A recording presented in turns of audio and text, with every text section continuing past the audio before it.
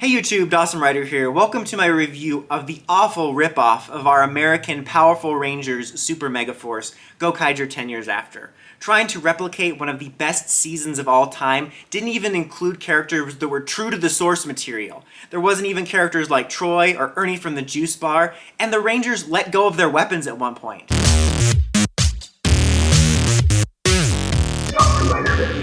Hey YouTube, Dawson Ryder here. Welcome to my review for the Gokaiger 10 years after special, or Gokaiger 10, whatever it's called. I'm just used to calling all these 10 years after. So this was our kind of anniversary special honoring 10 years of Gokaiger, as well as it taking place during the 45th anniversary in general of the series. Now I'm going to structure this a little bit differently than I usually do like my episode reviews. I'm going to structure it more like I've done my recent series reviews, where I kind of talk about the positive and the negatives and the mixed and kind of bounce around that way. So let's get the negatives out of the way right away, just because there's not a whole lot of negatives. I only have like two and a half negatives.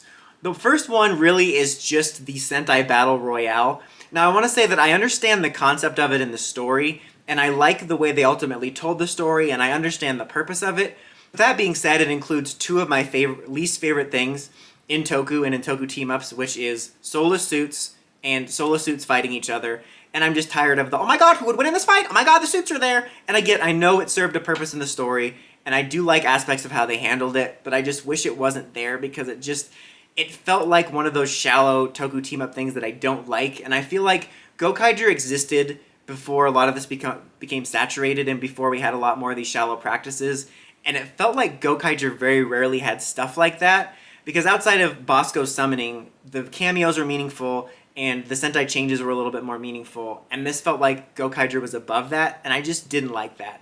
And to go along with that, even though, again, it served an important purpose of the plot, I had mixed feelings on the whole Guy and Marvelous fighting each other, just because I wish could we do one of these without, even if they're empty suits, these heroes fighting each other over misunderstandings? That's just a personal hang-up I don't like. It didn't detract from my overall love of it, but it's just a nitpick I have about that. My only other negative was the power-up. Now again, this is also tied to a mixed aspect of something I liked, where I liked the spirit of it being based off of the last piece of the galleon and it being their grander power. That was kind of a cool idea and kind of a meaningful one. But that being said, I think the power-up's really ugly. It was kind of neat that they all got an aspect of it, but it was really ugly. And again, it felt like something that was more of a product of modern Toku that happened after Gokaiger that was seeping its way in. I'm a Gokaiger purist, I don't want the modern Toku in it. No, but it felt like something that would happen now, and it just weeded its way back in, and I thought it was ugly. And I like the spirit of it, but I wish it would have been something different. I mean, the power-up, I don't hate it. I just don't like it at all, and it's terrible. But those were my really only two negatives. Everything else I pretty much liked about it. I mean, first of all, talking about sort of more shallow stuff that I liked, the Gokai Changes were neat. I feel like I value the Gokai Changes a lot less than some other members of the fandom, but it still can be neat to see, and I think the Gokai Changes offer a lot more substance than just empty suits standing next to each other.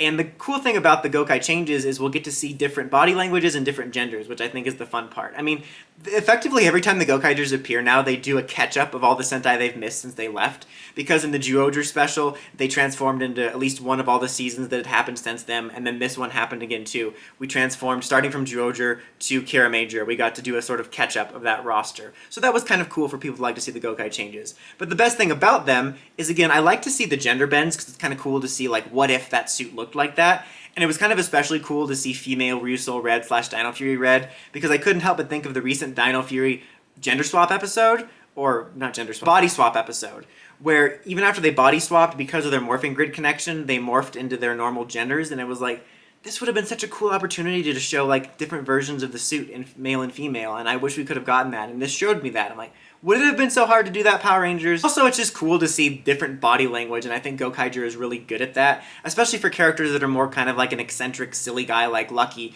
and then you see kind of a character with swagger like Marvelous. My favorite Gokai change, actually, though, was when Luca transformed into green and Dawn transformed into yellow, because that was unexpected. I don't recall them ever doing something like that in the series. It was unexpected, and it was a cool way to highlight that body language. And that brings in another kind of plus while I'm talking about it, is something I always loved about Gokaiger, is of all the Sentai I've seen, I think that's the one I think of the most, when I can distinctly remember each character's body language and character being reflected in their fighting style. And that was really showcased well here, both when they were doing Gokai Changes and regular fights, and it was so cool to see that again. You know, especially ones like Dawn with his silly style was definitely reflected, and I think that was really a strong part of Gokaiger that I really liked seeing back. I think the other huge positive for this too is it really honed in on, for me, what made Gokaiger good. Like, Gokaiger, I've said this before, is the best anniversary season I've seen. I think they handled the anniversary aspects the best. It was the most meaningful and the least shallow. But for me, the best thing about Gokaiger was the Gokaigers themselves, because not only were they great characters that I was invested in, Gokaigers weren't just a vehicle for changes and anniversary celebration. If you were to take out all the anniversary stuff, you still would have had a damn solid Sentai.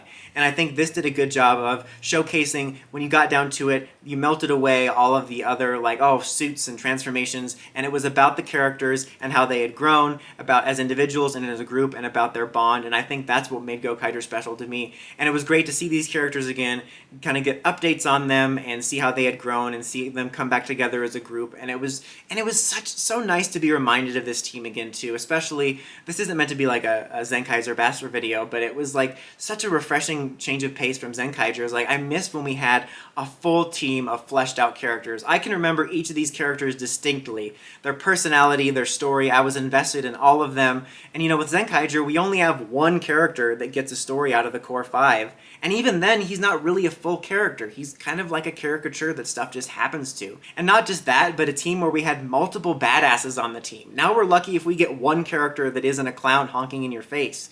And so it was just so nice to see these characters again and remember back to that time when I loved the whole team and there was multiple badass characters to root for. And I just loved seeing them again, and I loved that it focused in on what was important for me about Gokaiger, which was the characters. And I also liked that it highlighted the change of the Gokaigers and their overall arc from the series and how it was impactful in both the series and now, which was about how, you know, through the whole series they were like, oh, we're pirates, we're pirates, we're pirates. And their arc was about becoming the 35th Super Sentai, truly. And this showed that they really did become that. And as a side note, I love that they managed to do that, about them learning to become a Sentai without ever losing the spirit of them being pirates. Like, it wasn't like, you're wrong and now you have to be goody two-shoes. Like, no, they became the 35th Super Sentai, but they were the pirate Sentai, like they say. They retained who they were while becoming something new. And this highlighted that arc and how they had changed, and I think that was really exemplified really nicely through the scene with this young character who had been actually a character that was in Gokaiger as a kid, who had explained to the Gokaigers that Earth had value because Marvelous had asked him, like, does this planet have any value? And he said, yeah, you just had to look for it. And they mirrored that line with Marvelous saying the same thing, which was a great callback for the anniversary to show how the Gokaigers had evolved. And I think that was the best thing that this did. It wasn't the Gokai Changes or the stupid Sentai War. It was honing in on the Gokaigers as characters and their development from the beginning of the series, and I loved that for it. And another shallow positive, it was awesome. I knew they were going to have a scene like this, but I was already getting chills thinking about it. But when they rolled up, walking slow-mo towards the villain with the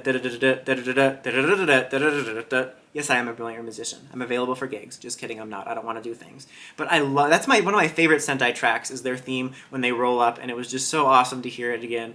I loved it. I loved the interactions at the end with addressing the fact that they left Navi behind in the Juoger special, and them reuniting. The fact that Marvelous thought he had lost an eye or pretended he lost an eye or whatever, and it was just a small injury and he didn't actually lose it. And now they're going to be going on a mission to return all the Sentai keys. And I have something to say about that at the end, but I'll just finish the review off by saying this wasn't perfect. I had some nitpicks. I wish some of that shallow anniversary stuff that I didn't like wasn't in there. That's more of a personal issue. But overall, this was a strong special. It really took me back to one of those things of why I enjoy Sentai and why I liked Gokaiger, which I felt was very necessary right now with kind of how I'm blah on Zenkaiger. So I would give it a 4 out of 5. If you are a Gokaiger fan, I highly recommend watching it. The thing I wanted to say, though, is I couldn't help but think when they set up this premise that the Gokaigers are going to be traveling around and getting the keys back. If you were to do another anniversary-esque year, as we're gearing up to do with Dawn Brothers, I would much rather have something like that. Like the Gokaigers, I'm more invested in these characters. They did meaningful cameos. If I had to do something, I would much rather see that than just see aesthetic silly fest 2. Now, to be fair, we haven't seen Dawn Brothers yet. We don't know what it's going to be like. I don't want to be one of those people that says, oh, it's going to suck even before it came out. But based on how it sounds, if I had to pick and choose to do a follow-up anniversary season, that's what I would much rather see. Actually, I would rather them not do another Anniversary-esque season and just do a normal season for Dawn Brothers and do like a trilogy of Gokaiger movies about this story. I would gladly see that. That would be such a cool way to continue their anniversary celebration stuff and cameos and winks and all that stuff. But I couldn't help but think about that. I'm like, man, Gokaiger was so good and successful, and yet it's Zenkaiger that's getting a sequel series? I couldn't help but address that. But that's about it for this one, guys. Until next time, to like, comment, subscribe, and climb the steps and ring that bell so you get notifications from my videos. Dawson Ryder, signing out.